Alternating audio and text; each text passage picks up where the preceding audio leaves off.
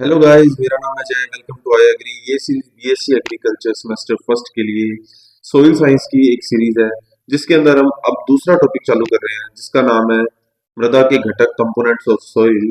और इसके अंदर हम पढ़ रहे थे कंपोनेंट्स ऑफ सोइल में कि किस तरह के घटक होते हैं। हमें पता है कि सोइल है वो चार मेजर कंपोनेंट से मिलकर बनी है, चार घटकों से मिलकर बनी है। तो इसके बारे में बात करेंगे। हमें पता है कि एक आइडियल सोइल के लिए ये प्रोपोर्शन है जो परसेंटेज का, ये होना बहुत जरूरी है। ये एक उपयुक्त मृदा की, मतलब ऐसे कह सकते हैं कि पहचान है। उपयुक्त मृदा के अंदर इस परसेंटेज में हमें मटेरियल 45% का material, 25% water, 25% air, 5% organic matter वगैरह होता है। लेकिन फिर भी कुछ एक्स्ट्रा आपके सामने में रखना चाहता हूँ। सोइल एक 100% प्योर मृदा में हम बात करें, दो पोर्शन देखने को मिलते हैं। एक तो सॉलिड पार्ट, जिसे हम ठोस भाग भी कहते हैं, 50% सॉलिड भाग, और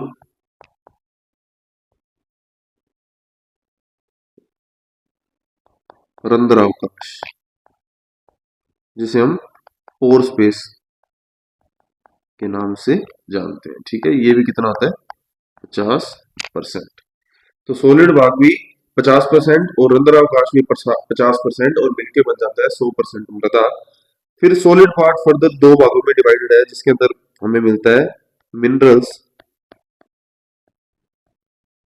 जिसे हम खनिज बोलते हैं, और ऑर्गेनिक मैटर, कार्बनिक पदार्थ। ठीक है जी, ये चीज देखने को मिलती है। पोर स्पेस भी डिवाइडेड है, जैसे जल, वाटर एंड वायु, एयर। ठीक है, मिनरल्स का इसमें 45% पोर्शन रहता है, और 5% ऑर्गेनिक मैटर, 25% जल, और 25% वायु, इस तरीके से। और टोटल मिलके बनता है ये 100%। ठीक है, ऑर्गेनिक मैटर के भी ऐसे कह सकते हैं। ऑर्गेनिक मैटर कहाँ से मिलता है? एक तो रेजिड्यू से, ठीक है, अपशिष्ट वगैरह से, और एक ऑर्गेनिज्म से, माइक्रो ऑर्गेनिजम्स, सूक्ष्म जीवों वगैरह से हमें क्या मिलता है? ये ऑर्गेनिक मैटर हमारा तैयार होता है 5%। ओके, अब आपसे इस तरह के क्वेश्चन पूछे जा सकते हैं कि एक मृदा में कितने प्रतिशत तक खनिज पाया जाता है, मिनरल पाए जाते हैं? तो 45% तक पाया जाता है। ये क्वेश्चन इस तरीके से भी आ सकता है कि एक सॉलिड भाग में कितने प्रतिशत, एक सॉलिड पार्ट में कितने प्रतिशत मिनरल पाया जाता है? तो फिर आप जैसे इसको अगर 100% मान लेते हैं, तो फिर इसको हम 90% मान लेंगे। फिर हम कहेंगे कि 90% पाया जाता है। ठीक है, इस तरीके के क्वेश्चन आपको देखने को मिलते हैं। एक चीज और मैं आपको बता दूं, रंध्रावकाश के बारे में जब बात कर ही रहे हैं, रंध्रावकाश में पोर स्पेस दो तरह के होते हैं। एक होता है मैक्रो, और एक होता है माइक्रो। मैक्रो को स्थूल, और माइक्रो को सूक्ष्म रंध्रावकाश कहा जाता है। मैक्रो इसलिए बड़ा होता है, मैक्रो बड़ा होता है क्योंकि इसके अंदर 0.06 एनएम से बड़े पोर्स होते हैं, रंध्र होते हैं। और माइक्रो में 0.06 एनएम से छोटे रंध्र होते हैं, पोर्स होते हैं। ठीक है, और ये जो माइक्रो पोर्स है, ये क्ले सोइल में पाए जाते हैं, जिसे हम मृत्तिका भी कहते हैं, मृत्तिका मृदा। और जो मैक्रो है, ये सैंडी सोइल में पाए जाते हैं। ठीक है, जिसे हम रेतीली मृदा के नाम से जानते हैं हिंदी में। ठीक है, इस तरीके से ये हुए आपके पोर्स। ओके, अब इसकी एक और अच्छी बात कि जो माइक्रो है, माइक्रो पोर्स के अंदर पानी जमा होता है, वाटर, और मैक्रो पोर स्पेस में एयर, मतलब वायु जमा होती है। ठीक है, और माइक्रो पोर्स पे जो माइक्रो पोर्स स्पेस है, ये आपको मिलता है क्ले सॉइल के अंदर देखने को मिलता है। आपको मैंने बता दिया था। तो इसकी वजह से क्या होता है, इसकी क्ले सॉइल की वाटर होल्डिंग कैपेसिटी, जिसे हम जल धारण क्षमता भी कहते हैं हिंदी में, जल धारण क्षमता, ये ज्यादा होती है। अगर आपसे पूछा जाए किस सोइल की वाटर होल्डिंग कैपेसिटी ज्यादा है, क्ले की, सैंडी की, सिल्ट की, तो आप कहोगे क्ले की वाटर होल्डिंग कैपेसिटी ज्यादा है। तो सैंडी की वाटर होल्डिंग कैपेसिटी कैसी हुई, सैंडी की कम हुई, सैंडी की कम हुई। तो सैंडी की वाटर होल्डिंग कैपेसिटी कम है लेकिन परमिएबिलिटी ज्यादा है, परमिएबिलिटी ज्यादा है, जिसे हम हिंदी में पारगम्यता कहते हैं। मतलब उसके अंदर वाटर पार कर जाता है, पार करके नीचे चला जाता है सब सोइल की तरफ, उसकी सतह से वाटर पार कर जाता है, इसलिए इसे पारगम्यता कहते हैं। सैंडी की पारगम्यता ज्यादा है, मतलब परमेबिलिटी ज्यादा है, और क्ले की वाटर होल्डिंग कैपेसिटी ज्यादा है, ठीक है, जल धारण क्षमता ज्यादा है मृतिका की। ये इतनी सी बात आप और याद रखोगे, ये आपको क्वेश्चन देखने को मिलता है। ओके, अब पढ़ते हैं ये जो चार घटक है, चार जो अपने कंपोनेंट्स है सोइल के, mineral, water, air, organic matter, इनकी अलग से बात कर लेते हैं। मिनरल्स की बात करें तो मिनरल्स क्या है, particle, mineral particles come from weathering of rocks, मतलब चट्टाने टूटती हैं, चट्टाने जो है रॉक्स है ये टूटती हैं, इनका पक्षय होता है, उससे हमें क्या मिलते हैं, ये इसके अंदर मतलब ये इंक्लूड्स है सैंडी, रेत, सिल्ट, गाद और क्ले पार्टिकल्स, ठीक है। इसमें मिलते हैं मिनरल्स। जैसे आपने मिनरल्स को अगर कभी थोड़ा बहुत डिटेल में पढ़ा होगा, वैसे मैं आपको पढ़ाऊंगा। मिनरल्स में ये होता है कि primary mineral, secondary mineral, primary mineral जो होते हैं उनको हम सैंडी पार्टिकल से मिलते हैं हमें, वो ऐसे कहते हैं कि सैंडी पार्टिकल से जो मिनरल मिलते हैं हमें, क्योंकि उसका साइज बड़ा होता है प्राइमरी मिनरल्स का। और जो क्ले मिनरल्स होते हैं उन्हीं को ही हम सेकेंडरी मिनरल्स कहते हैं, जिनका साइज थोड़ा छोटा होता है कंपैरेटिवली सिल्ट सैंडी मिनरल से, ठीक है। तो ये बात करेंगे, लेकिन जो हम बात कर रहे थे वेदरिंग ऑफ रॉक्स की, इसमें आप ये चीजें इंक्लूड्स देखते हो मिनरल्स में, ठीक है। इनका फंक्शन क्या है मिनरल्स का, डिटर्मिनेट्स टेक्सचर, ये बनावट को बनाते हैं। मतलब आपको पता हो, अगर आपने टेक्सचर की आपको डेफिनेशन पता हो कि वो इन तीनों का रिलेटिव पोर्शन ही होता है, ठीक है, रिलेटिव पोर्शन ही होता है। सैंडी, सिल्ट और क्ले पार्टिकल्स का रिलेटिव पोर्शन को ये क्या कहते हैं, सोइल टेक्सचर बोलते हैं, ठीक है। वो डिटरमाइन करता है, कंट्रोल करता है वाटर रिटेंशन को, जल धारण को। अगर क्ले पार्टिकल ज्यादा होंगे तो वाटर होल्डिंग कैपेसिटी ज्यादा होगी, मैंने अभी ऊपर बताया। सैंडी पार्टिकल ज्यादा होंगे तो फिर क्या होगा, उसमें परमेबिलिटी ज्यादा होगी, वाटर होल्डिंग कैपेसिटी कम होगी। इस बात की हमने बात की अभी, ठीक है। अफेक्ट्स एरिएशन, वायु संचार बढ़ता है, ठीक है, वायु संचार बढ़ता है, अच्छा हो जाता है। ये भी मतलब ऐसे कह सकते हैं कि ये डिपेंड करता है, वायु से बढ़ता क्या है, ये उसको अफेक्ट करता है। अगर किस तरह के मिनरल्स है उससे पता लगता है कि वायु संचार कैसा हो रहा है, ठीक है। ऑर्गेनिक मैटर की बात करते हैं। ऑर्गेनिक मैटर जो है प्लांट रेजिड्यूज और एनिमल रेजिड्यूज और ह्यूमस। ऑर्गेनिक मैटर कैसे बनता है, प्लांट रेजिड्यूज से, और साथ में ऑर्गेनिज्म से भी। ऑर्गेनिजम्स कौन कौन से, ये तो हो गया, चलो ठीक है, हमने जान लिया कि रेजिड्यूज से होता है, ओके, ये तो रेजिड्यूज है अभी बात की सबकी। लेकिन ऑर्गेनिजम्स का भी अच्छा खासा रोल है। ऑर्गेनिजम्स कौन कौन से, जैसे कि फंगस, कवक की बात करें, और बैक्टीरिया, जीवाणु, और शैवाल को कहते हैं एल्गी, शैवाल, ठीक है। ये ऐसे नेमेटोड्स वगैरह, सूत्रकृमि वगैरह, वो सब क्या है, ऑर्गेनिजम्स है। उनकी वजह से भी ऑर्गेनिक मैटर बनता है। तो अभी तो यहाँ पे तो शायद प्लांट रेजिड्यूज, एनिमल रेजिड्यूज के बारे में लिखा है, अवशेषों के बारे में लिखा है। तो फंक्शन देखते हैं इसकी क्या है। ये क्या करता है, संरचना सुधारती है। ये कैसे सुधारती है इसकी डिटेल में बात करेंगे, लेकिन अभी ये जान लो कि ऑर्गेनिक मैटर से सोइल की जो संरचना है वो काफी इंप्रूव होती है, उसमें फायदा होता है। वाटर होल्डिंग कैपेसिटी बढ़ती है, जैसे FIM वगैरह डालते हैं ना, तो वो क्या है, ऑर्गेनिक मैटर ही डल रहा है, तो उससे क्या होगा, वाटर होल्डिंग कैपेसिटी भी अच्छी होती है। तो ये क्या, ऑर्गेनिक मैटर जब बनता है तो वाटर होल्डिंग कैपेसिटी अच्छी हो जाती है। सप्लाइज न्यूट्रिएंट, पोषक तत्व उपलब्ध कराता है। स्पोर्ट्स माइक्रो ऑर्गेनिज्म, सूक्ष्म जीवों का घर, बिल्कुल। माइक्रो, जब ऑर्गेनिक मैटर होता है तो उस पर डिपेंडेंट होते हैं माइक्रो ऑर्गेनिज्म, सूक्ष्म जीव उस पर डिपेंडेंट होते हैं। वो क्या करते हैं, उसको ज्यादा से ज्यादा गलाते हैं, सड़ाते गलाते हैं, उनके लिए तो ये फूड ही है, ठीक है। वो इसको सड़ाते गलाते हैं और इसको पूरा ह्यूमस में कन्वर्ट कर देते हैं, उसका डिकम्पोजिशन कर देते हैं, ठीक है। तो ये हुए मृदा के दो कंपोनेंट्स, मिनरल्स और ऑर्गेनिक मैटर, इस तरीके से। अब करते हैं सॉइल वाटर की बात। तो वाटर मिट्टी के छिद्रों में उपस्थित जल, वैसे ही कौन से छिद्रों में उपस्थित होता है, आपको मैंने बताया माइक्रोपोर्स में, ठीक है। माइक्रोपोर्स में जल क्या होता है, उपस्थित होता है, मिट्टी के छिद्रों में उपस्थित जल। Water present in voids of soil. Gravitational water, गुरुत्वीय जल, कैपिलरी वाटर। आपसे ये क्वेश्चन पूछा जाता है कि प्लांट्स को किस टाइप का वाटर है जो प्रोवाइड होता है, ठीक है, अवेलेबल होता है। तो कौन सा वाटर है जो प्लांट्स को अवेलेबल होता है? Capillary water. ग्रेविटेशनल वाटर और हाइग्रोस्कोपिक वाटर प्लांट्स को प्रोवाइड नहीं होता, अवेलेबल नहीं होता। हाइग्रोस्कोपिक वाटर जो है वो ऑर्गेनिजम्स को प्रोवाइड होता है, अवेलेबल होता है, ठीक है। ग्रेविटेशनल वाटर नहीं होता, ग्रेविटेशनल वाटर तो बिल्कुल नीचे चला जाता है, ठीक है, ग्रेविटी की वजह से। फंक्शंस की बात करें तो ये है डिस्कवर्स न्यूट्रिएंट्स, पोषक तत्व को घोलता है। सॉइल वाटर में क्या होता है? पोषक तत्व घुलते हैं, क्योंकि वाटर में कोई चीज डलेगी तो वो घुलेगी। उस तरह से आप देख लो कि पोषक तत्व को घोलता है और हेल्प्स इन ट्रांसपोर्ट। जैसे ही रूट्स के अंदर पानी जाता है, रूट से स्टेम में, स्टेम से लीव्स में, इस तरह से पानी जाता है और पानी के साथ पोषक तत्व भी चले जाते हैं, न्यूट्रिएंट्स भी चले जाते हैं। तो हेल्प इन ट्रांसपोर्ट, ये ट्रांसपोर्ट की करता है किसका? वाटर का। और वाटर का ट्रांसपोर्ट भी हो जाएगा और क्या हो जाएगा साथ में? सॉरी, वाटर का तो होगा ही क्योंकि ये वाटर ही है, ठीक है। ये ट्रांसपोर्ट किसकी ट्रांसपोर्ट करेगा? ये करेगा न्यूट्रिएंट्स का ट्रांसपोर्ट करेगा। रिक्वायर्ड फॉर फोटोसिंथेसिस, प्रकाश संश्लेषण, उसके लिए भी जरूरी है। कैसे?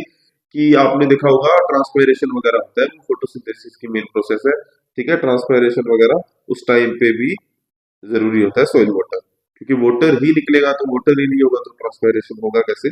फोटोसिंथेसिस में इसकी बहुत जरूरत होती है।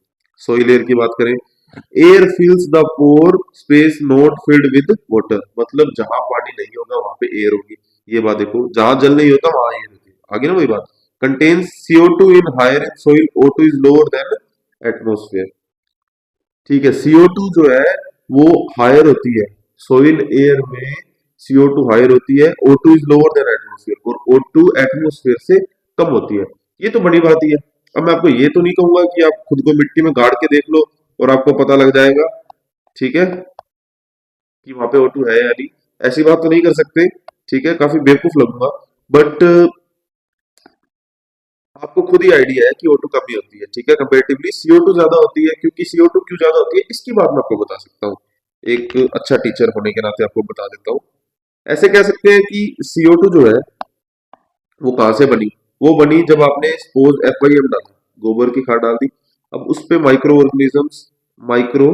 ऑर्गेनिजम्स आए, इन्होंने क्या किया?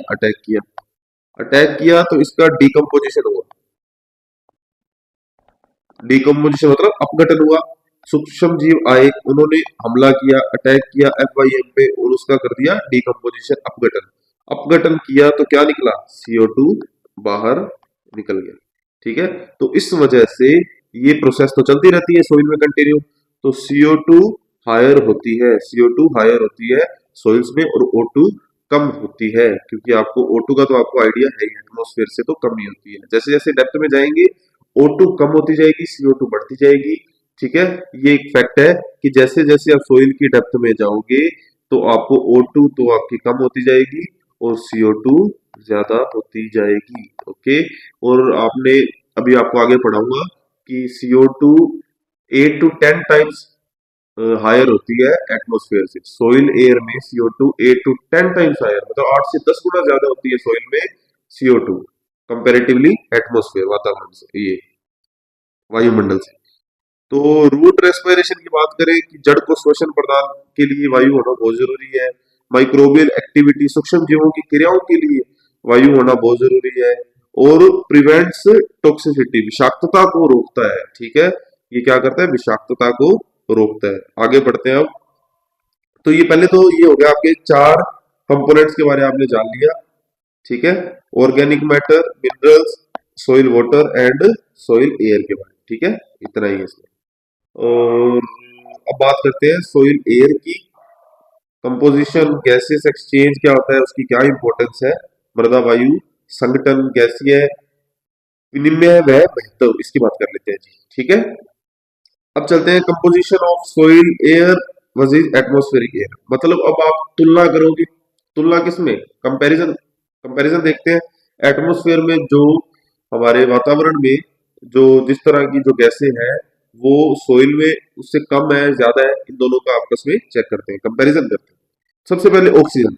ऑक्सीजन तो आपको मैंने बता ही दिया, ठीक है, कि ऑक्सीजन तो सोइल एयर में कम ही होगी, मृदा में ऑक्सीजन कम होगी। अभी ये फिक्स नहीं है, वैसे तो यहाँ भी 20.9% है ऑक्सीजन और यहाँ 20.6% होती है अपर से, ठीक है। तो आप कह सकते हो कि कंपैरेटिवली ऑक्सीजन तो कम ही होगी, और जैसे जैसे गहराई में जाएंगे ऑक्सीजन और कम होती जाएगी। जैसे जैसे गहराई में जाएंगे ऑक्सीजन और कम होती जाएगी।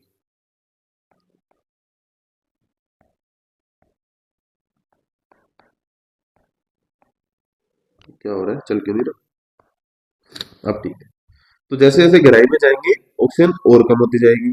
अब बात करते हैं CO2 की। CO2 को मैंने आपको बताया कि कंपैरेटिवली CO2 ज्यादा होती है। कितने ज्यादा होती है? ये होती है 0.038% के आसपास होती है एनवायरमेंट में। तो 0.038% होती है एनवायरमेंट में, और 0.30% या उससे भी ज्यादा हो सकती है कहाँ? सॉइल एयर में। तो ऐसे कह सकते हैं कि इसका 8 to 10 टाइम्स है।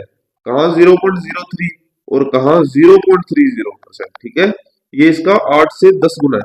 10 गुना हो ही गया, इसका 10 गुना हो जाएगा, ये 10 गुना हो जाएगा, तो तीन इधर आ जाते हैं। ठीक है, तो ये 10 गुना है। छोड़ो, मैं था, ये 10 गुना है इसका। ठीक है, तो ऐसे कहते हैं 8 to 10 टाइम्स ज्यादा होती है। ये इसलिए बार बार बोल रहा हूँ इतनी बात, क्योंकि यहाँ से ही क्वेश्चन आता है। सीधा क्वेश्चन यही उठाया जाता है कि जो सोइल एयर में CO2 है वो एनवायरमेंटल के कंपैरिजन कितनी ज्यादा है, कितनी कम है। तो वहां पे ऑप्शन में ऐसे लिखा होगा 8 से 10 गुना ज्यादा, 8 से 10 गुना कम, इक्वल, मोर देन, मतलब ज्यादा है उससे, कम है, इक्वल है, इस तरीके से। तो वहां पे आपका आंसर होगा 8 से 10 गुना ज्यादा, इस तरीके से लिखा होगा। नाइट्रोजन की बात करें, नाइट्रोजन 78 से 79% तक होता है एनवायरमेंट में, और लगभग इतना ही आपको सोइल में देखने को मिल जाता है। कभी ज्यादा कभी कम, कहीं ज्यादा कहीं कम। कहीं जैसे आप कल्टीवेटेड सोइल में देखो तो नाइट्रोजन हम खुद की तरफ से भी डाल देते हैं ना, एडिशनली डाल देते हैं। या जहां ऑर्गेनिक मैटर ज्यादा होता है वहां नाइट्रोजन मिलता है आपको देखने को ज्यादा। तो कभी ज्यादा भी हो सकता है, बराबर भी देखने को मिल सकता है, कम भी देखने को मिल सकता है। तो ये कोई ऐसा फिक्स नहीं होता, इस पे इतना क्वेश्चन नहीं पूछते।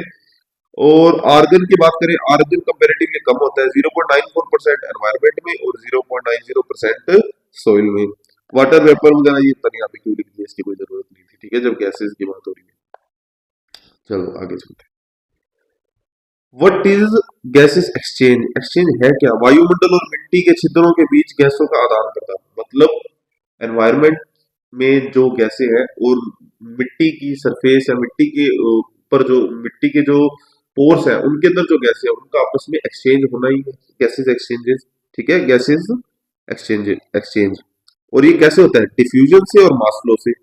डिफ्यूजन से ऐसे कह सकते हैं कि कोई भी मटेरियल है, ठीक है, वो अपनी हाईएस्ट हाई कंसंट्रेशन से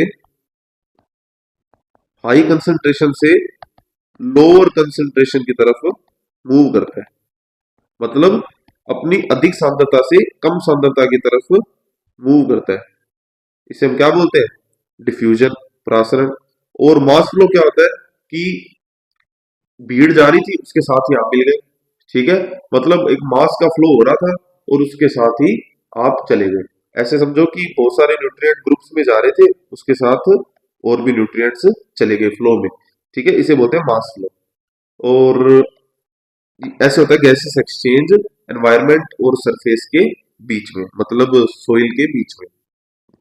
फैक्टर्स अफेक्टिंग गैसेस एक्सचेंज, गैसीय विनिमय को प्रभावित करने वाले कारक। अब ये कौन करता है इस एक्सचेंज को?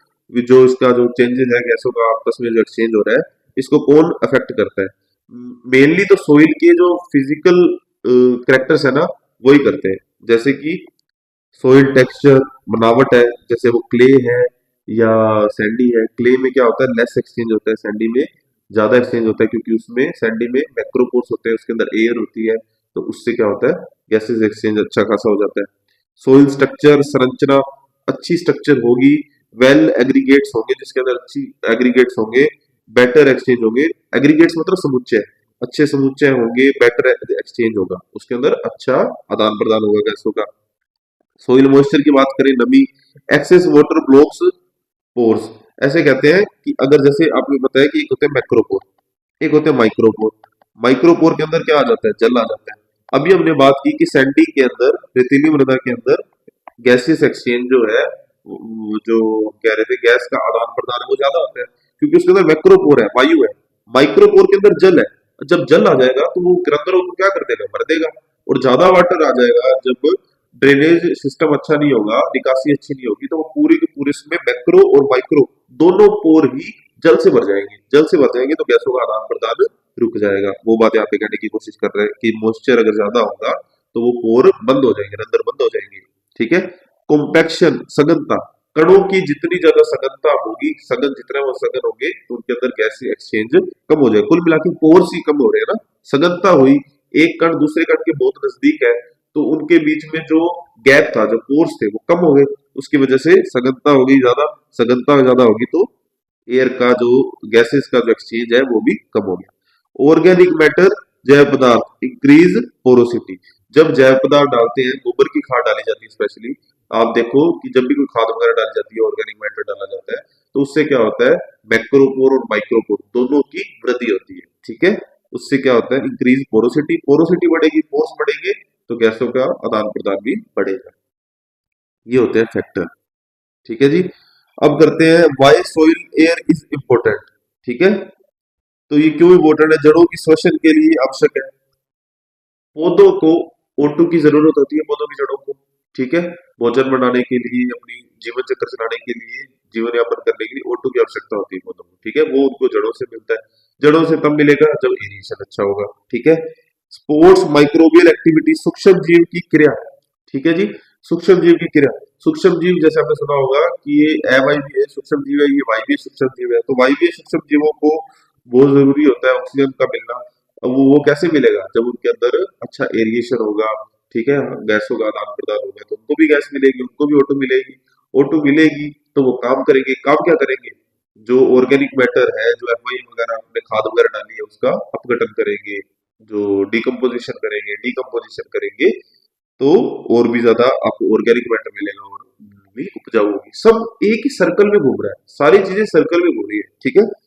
हेल्प इन न्यूट्रिएंट ट्रांसफॉर्मेशन, पोषक पोषक परिवहन। अब पोषक परिवहन भी होगा, गैसेस घूमेगी तभी तो गैसेस पहुंचेगी। ठीक है। और प्रिवेंट्स टॉक्सिक गैस एक्यूमुलेशन, विषाक्त गैसों को रोकता है, विषाक्त गैसों को रोकता है। Require for nitrification, ammonification. Nitrification है, अमोनिफिकेशन, ये आपको वहां समझ आएगी जब मैं आपको बताऊंगा नाइट्रिफिकेशन क्या होता है, अमोनिफिकेशन क्या होता है। नाइट्रेट का बनना नाइट्रिफिकेशन है, अमोनियम का बनना अमोनिफिकेशन है। नाइट्रेट आपने अगर आपको पता हो ये होता है अमोनिया, अमोनियम ये होता है अमोनियम, इसका बनना अमोनिफिकेशन है। ये जब कार्बनिक पदार्थ घुलता है ना सोइल में, ऐसे समझो कि उसका FIM डाली या आपने यूरिया वगैरह डाली, ठीक है, तो मिनरलाइजेशन वगैरह होता है प्रॉपर, तो उस टाइम क्या होता है, ये बनता है अमोनियम। अमोनियम का बनना अमोनिफिकेशन, और नाइट्रिफिकेशन में नाइट्राइट का नाइट्रेट का बनना क्या होता है, नाइट्रेट का बनना नाइट्रिफिकेशन। ये चीज होती है। ठीक है। ये कैसे बनता है, ये सोइल एयर में मतलब मृदा के अंदर ही बनता है, इसी तरीके से बनता है। ये काफी एक बड़ी प्रोसेस है, इसके बारे में कभी फिर अलग वीडियो लेके आएंगे तब उसको समझाएंगे डिटेल में। अभी के लिए आप इतना याद रखो कि ये रिक्वायर है नाइट्रिफिकेशन अमोनिफिकेशन के लिए। अब आगे चलते हैं पुअर एरिएशन इफेक्ट्स पे, आगे चलते हैं पुअर एरिएशन इफेक्ट्स पे। कमी होने पर नुकसान क्या है, रिड्यूस रूट ग्रोथ। क्या करेगा, अगर एरिएशन कम हुआ तो रूट ग्रोथ नहीं हो पाएगी, अच्छे से ऑक्सीजन नहीं मिलेगा उसको। येलोइंग ऑफ प्लांट्स, प्लांट का पीला पड़ जाएगा, विल्टिंग हो जाएगी। डिस्पाइट मॉइस्चर, मॉइस्चर मौजूद होगा फिर भी विल्टिंग हो जाएगी, मुरझा जाएगा पौधा। Accumulation of toxic gases, toxic गैसें बनेंगी, जैसे H2S गैस बनेगी। H2S गैस, धान के फील्ड में H2S गैस बनती है और इसकी इसकी विषाक्तता से क्या हो जाता है, अकोची अकोची डिजीज हो जाती है। ठीक है। अकोची डिजीज, अकोची डिजीज बोलते हैं। CO2 भी ज्यादा हो जाती है, एक्यूमुलेशन हो जाता है टॉक्सिक गैस का, मतलब वो टॉक्सिक गैस ज्यादा बनने लगती है। रिड्यूस न्यूट्रिएंट अवेलेबिलिटी, पोषक तत्व कम उपलब्ध हो पाते हैं फसल को या आपकी क्रॉप को, पौधे को। ठीक है। अब इसका गैस एक्सचेंज का क्या पौधों में क्या फायदा है, क्या करता है जी, रूट रेस्पिरेशन, O2 प्रोवाइड करता है। जड़ों को ऊर्जा हेतु ऑक्सीजन चाहिए होता है तो वो प्रोवाइड करता है। अच्छी वायु संचार से जल व पोषक अवशोषण बढ़ता है। बेटर एरिएशन होगा तो बेटर अब्जॉर्प्शन होगा, ये कहना चाह रहे हैं। ठीक है। ग्रोथ हार्मोन, जैसे कि आपने देखा होगा कि न्यूट्रिएंट्स अवेलेबल नहीं होंगे पौधे को, जैसे पोटेशियम टाइप का न्यूट्रिएंट है, ये अगर अवेलेबल नहीं हुआ, ये 60 प्लस से भी ज्यादा, 60 से भी ज्यादा एंजाइम्स को ऑपरेट करता है। ठीक है। उसके लिए कैटलिस्ट है। अगर ये नहीं जाएगा, एंजाइम नहीं बनेंगे, एंजाइम नहीं बनेंगे तो ये जो हार्मोन्स नहीं बनेंगे, हॉर्मोन्स नहीं बनेंगे तो वृद्धि रुक जाएगी। तो ये हॉर्मोन्स को भी रेगुलेट कर रहा है कि ये होगा तो हॉर्मोन्स भी बनेंगे, ठीक है, उसको भी इफेक्ट डालता है डायरेक्टली चाहे इनडायरेक्टली, ये जरूरी तो हो ही गया। माइक्रोबियल एक्टिविटी की बात करें तो सूक्ष्म जीवों को कार्य करने हेतु ऑक्सीजन चाहिए, ठीक है, ये बात तो हम पिछली कितनी स्लाइड से यही बात कर रहे हैं।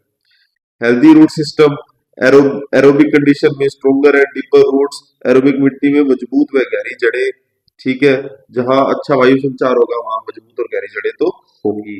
How to improve soil aeration, कैसे इंप्रूव करें सोइल एरिएशन को, ठीक है, वायु संचार कैसे बढ़ाएं। अगर किसी फील्ड में वायु संचार अच्छे से नहीं हो पा रहा तो वायु संचार कैसे बढ़ाएं।